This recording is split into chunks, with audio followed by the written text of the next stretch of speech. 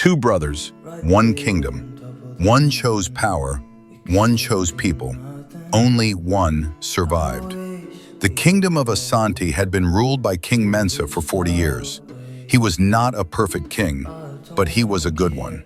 He left the kingdom, when he died, in better condition than he found it, which is the only real measure of a leader.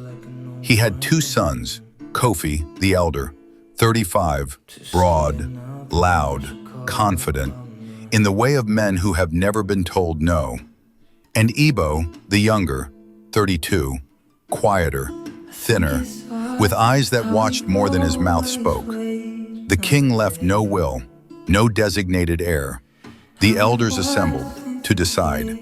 The eldest elder spoke, "Tell us your vision." Kofi stepped forward, without hesitation, as if the space was already his. "The kingdom needs strength. My father was too gentle. Our neighbors test our borders. Our traders are undercut. I will build the strongest army this kingdom has ever had. I will secure the borders, dominate the trade routes, make this kingdom feared. When you are feared, you are respected. When you are respected, you are safe. Strength, control, an iron hand."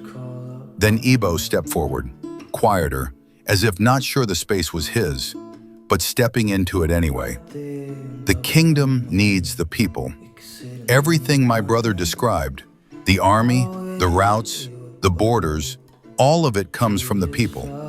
A kingdom is not its army. A kingdom is its people. People follow not the one who controls them, but the one who sees them. I will not rule with an iron hand. I will lead with open ones. I will sit with farmers, walk with traders, listen to elders, and build, with the people, something that belongs to them, not something they belong to.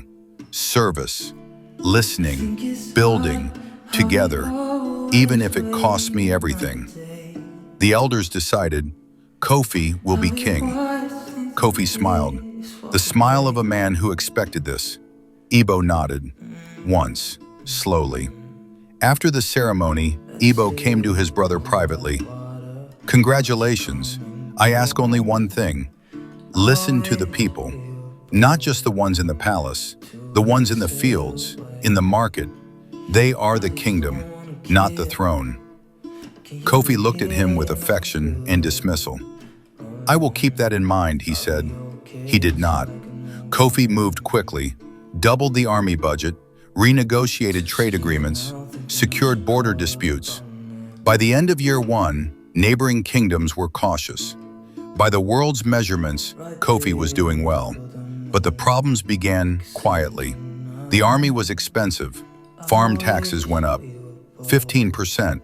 The farmers noticed, said nothing.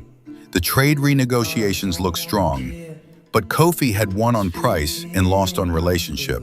Eastern merchants, 3 generations of trading, began redirecting to kingdoms where negotiations had been more human. By year 3, Kofi's court was full of agreement and empty of truth.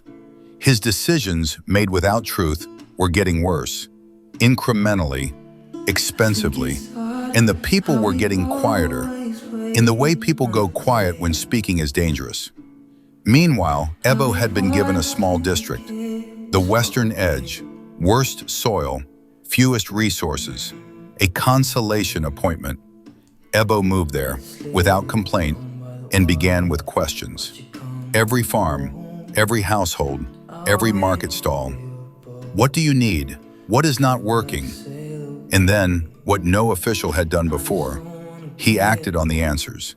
Irrigation blocked, Ebo cleared it. In the mud, alongside farmers. Road impassable, Ebo repaired it. Young people leaving, Ebo created training programs, slowly, quietly, without ceremony. The Western District began to change, season by season. People from neighboring districts began moving west, not because they were told to, but because they had heard, things actually get better here, which was the rarest thing in the world. By year 10, the contrast was impossible to ignore. Capital, impressive palace, large army, secured borders, but hollow beneath. Farmers producing less, trade thinner, court full of yes-men. Western District, no palace, no army, just a district that worked, where people chose to come. Quiet conversations in markets. Have you been to the Western District? Yes. Is it true? Yes. About Ebo? Yes. Then why? The question nobody finished out loud, but everyone was beginning to ask inside. The crisis came in year 15, a severe drought, hitting the Central District's hardest, because 15 years of high taxes had eliminated the surplus. No buffer, no stored grain, nothing behind the crisis. Kofi called his advisors. No answers. His generals. They could not make rain. His merchants, already gone. And the people, quiet for 15 years, began to speak. Because hunger cannot be silenced. Kofi, for the first time, felt something he had never felt on his throne. Helpless. He sent a messenger to the Western District, to his brother, whom he had not visited in 15 years. Ebo's answer came back. I am coming. Tell my brother I am coming. Ebo arrived 3 days later, with wagons full of grain from the Western District's surplus, which existed because fair taxes meant farmers planted extra and stored extra for exactly this kind of year. He brought people, farmers, engineers, traders, all of whom came not because Ebo commanded them, but because they had chosen to follow him. Kofi watched his brother move among them, the way they looked at Ebo, the way they leaned toward him when he spoke, not from fear, from choice. And sitting on his powerful throne, in his magnificent palace, with his large army and secured borders, and his hungry people, Kofi understood what he had missed, what he had chosen against 20 years ago. Within 2 years, Kofi abdicated. Not dramatically, not violently, he simply stepped aside, because he understood, finally, that the throne had never been the point. The people were, and he had never had them. Not really.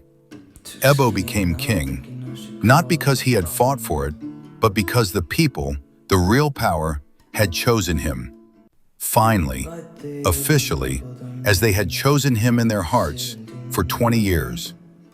Old Tortoise sat with Ebo the evening before coronation. Are you ready? I have been doing this for 20 years, Ebo said. The only thing changing tomorrow is what they call me. The work stays the same. The listening stays the same. The open hands stay the same. A crown does not change what you are. It just makes it more visible and more accountable, which is exactly what it should do. Tortoise spoke. 2 brothers stood before one throne. Kofi chose power and spent 20 years losing it, slowly, invisibly, until the drought revealed what had always been true.